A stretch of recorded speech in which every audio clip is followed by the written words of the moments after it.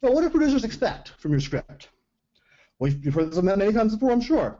Simple story, complex characters. That's really the crux of what makes a story, a movie, work.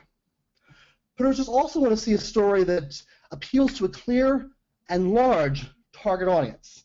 Like I was saying before, this is really movie making, as artistic as it is, it's a numbers game.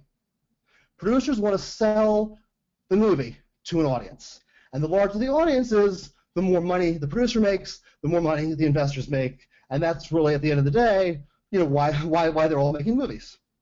To sell them. An art director I worked with once said, any piece of art, whether it's a movie or a screenplay or what have you, is as valuable as the number of eyeballs that will potentially see it. So what producers are also looking for, what producers also want to fund, is they want to fund scripts that have a high value potential, but are also cost effective to produce. And we'll talk a little more about that in a minute.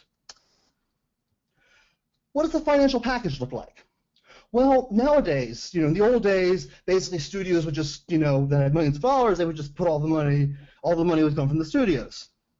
But nowadays, with the indie movement taking off, there's really several different ways, or the financial packaging is really a sort of a combination of several different methods of cash flow. First off, you have equity financing, which is investors. Production company might be one of the investors, and that's people who are usually large net worth individuals or companies that will put money into the production and hoping to get a return on investment. Then there's tax credits.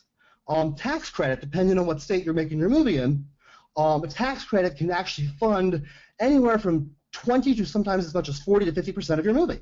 Yes, movies are often government subsidized. Your tax dollars at work, if you will.